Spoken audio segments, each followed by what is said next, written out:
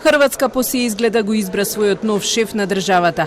Овој пат се менува страната. Актуелната председателка и кандидат на владеачката конзервативна партија ХДЗ Колинда Грабар-Китаровиќ заминува во историјата, а на нејзино место доаѓа социјалдемократот и поранешен премиер Зоран Милановиќ. По првите излезни анкети, во таборот на кандидатката Грабар-Китаровиќ владее молк. Скаменето ги гледаа резултатите, според кои против кандидатот Милановиќ е во убедливо водство од 53% од гласовите, за разлика од неа со освоени 47%. Ako je sudeći prema izlaznoj anketi agencije Ipsos, Zoran Milanović biće novi predsjednik Republike Hrvatske.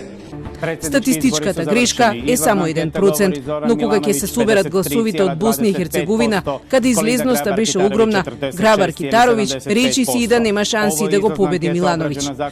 Во неговиот табор веќе се слави.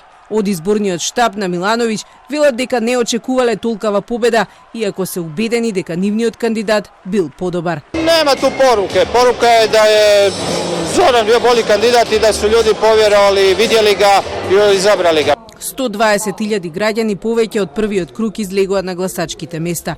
Но гласачите на независниот кандидат Мирослав Шкоро, кој беше трет во првиот круг, останаа дома и не го дадоа гласот за Грабар-Китаровиќ, која се надеваше на нив за нов 5-годишен мандат. Она што му помогна на Милановиќ да ги освои неопределените гласачи беше последната дебата, на која тој според аналитичарите бил супериорен и доминирал, додека Грабар-Китаровиќ, обидувајќи се да биде смирена, всушност ја криела непријатноста во која ја довел против кандидатот со својот говор. Токму таа негова одлучност ги убеди гласачите да излезат и да го поддржат. Овие избори во Хрватска се еден вид одмерување на силите на политичките партии, но и предвесник за тоа како би завршиле парламентарните избори кои треба да се одржат годинава.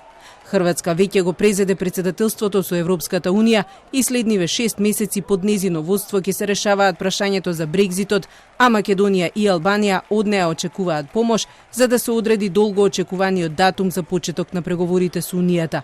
Сепак, и покрај европската перспектива, земјата се соочува со масовно иселување на младите луѓе, а нацијата се уште се бори со ендемската корупција и неразвиената економија, која сериозно заостанува од другите западни земји членки на Европската Унија.